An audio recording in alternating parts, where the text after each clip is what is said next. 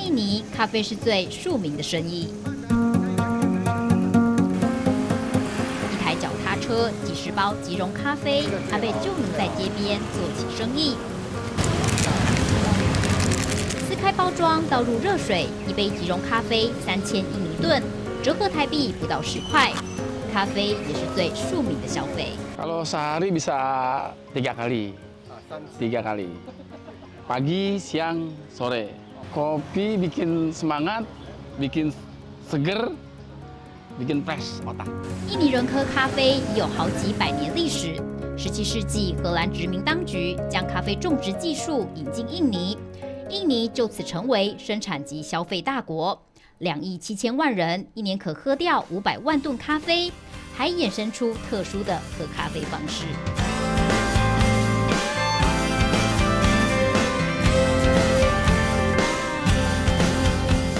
玻璃杯里倒进1层炼乳，加入咖啡粉，接着冲入热水。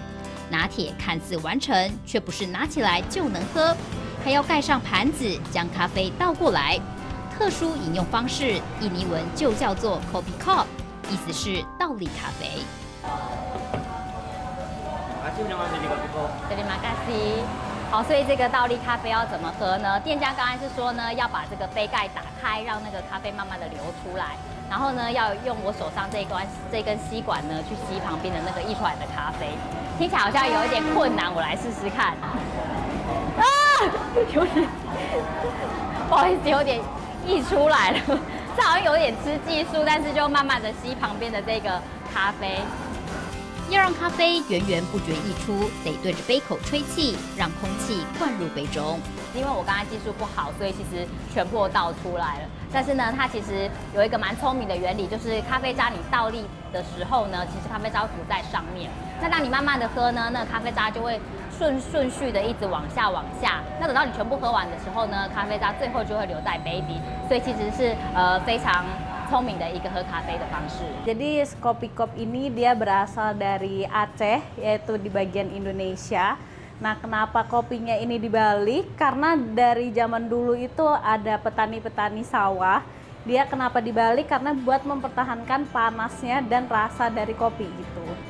一杯咖啡尽显庶民生活智慧，而万岛之国印尼各地喝咖啡方式也各有千秋。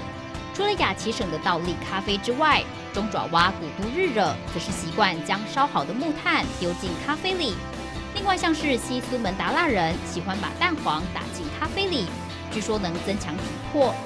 也有地区的人喜欢在咖啡里加生姜跟核桃，增加风味跟口感。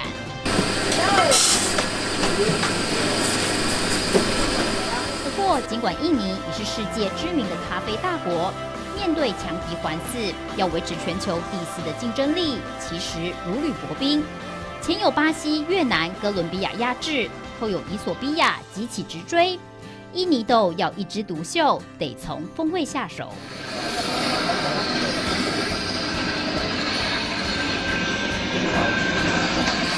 批发市场里，一罐罐从印尼各地运来的咖啡豆，因为尚未烘焙，大多呈现乳白色。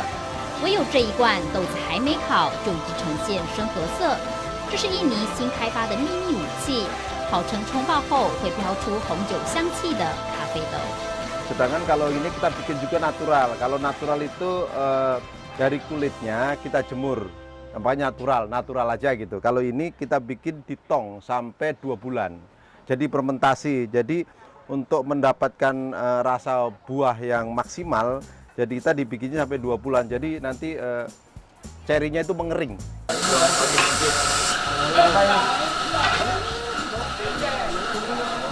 Espresso. 现场免费冲泡试喝，咖啡界的红酒1公斤批发价约600台币，是一般阿拉比卡豆的2倍。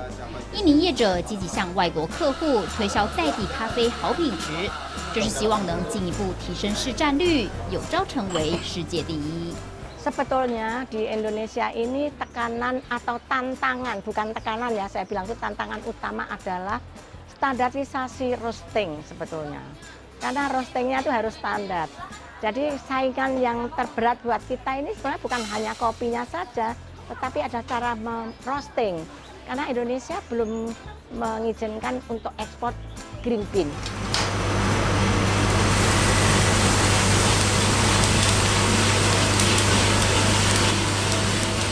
几世纪前漂洋过海而来的豆子，如今落地生根，不仅是重要外汇来源，更是润滑庶民生活不可或缺的香醇风味。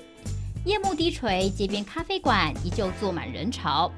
这一味不仅是印尼经济、历史，更是文化。